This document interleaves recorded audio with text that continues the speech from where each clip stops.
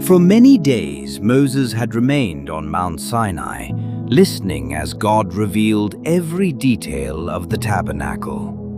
The measurements, the altar, the ark, the lampstand, the incense, the priestly garments. Nothing had been left to human imagination. Everything had come from God. But now, there was one question. Who would build it all? The Lord spoke to Moses and said, "See, I have chosen Bezalel, the son of Uri, from the tribe of Judah." God had not simply chosen a worker. He had filled him with his spirit. He gave Bezalel wisdom, understanding, knowledge, and skill for every kind of craftsmanship. He could work with gold, silver, and bronze. He could carve stone. He could shape wood. He could create beautiful designs for everything God had commanded. Then the Lord said, "I have also appointed Oholiab from the tribe of Dan to work with him." Together, these men would lead the construction of the tabernacle.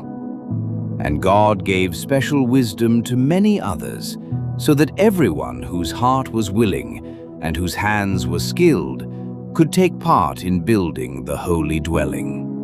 The Ark of the Covenant, the mercy seat, the table of showbread, the golden lampstand, the altar of incense, the bronze altar, the sacred garments for Aaron and his sons. Everything would be made exactly as God had commanded Moses. It was a powerful reminder. God did not only give the vision, He also provided the people and the abilities needed to fulfill it. Then, before Moses left the mountain, God spoke about something else. The Sabbath. He said, "Speak to the people of Israel. You must keep my Sabbaths." The Sabbath would be a sign between God and His people. For 6 days they were to work, but the seventh day belonged to the Lord. It was a day of rest, a day to remember that God was their creator and the one who had set them apart. God wanted Israel to understand that building His sanctuary was important, but obeying Him was even more important. No work, not even the work of the tabernacle, was to replace their relationship with Him. Finally, after speaking with Moses on Mount Sinai, the Lord gave him 2 stone tablets. They were written by the finger of God.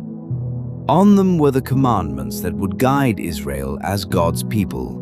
Moses now carried more than instructions. He carried the very words of God. Exodus chapter 31 shows us that when God calls someone to a task, He also provides the wisdom, the gifts, and the people needed to accomplish it. Bezalel was not famous before God called him, but God filled him with His Spirit and used his skills for a holy purpose.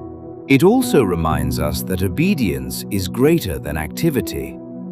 Even while preparing the most sacred place Israel would ever build, God told His people to stop, rest, and remember Him.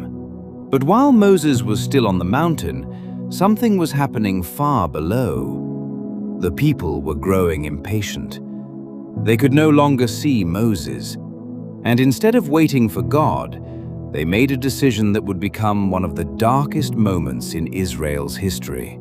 What happened next would shock Moses, break the covenant, and change everything. We will discover that tragic story in Exodus chapter 32. And don't miss chapter 32, so subscribe now.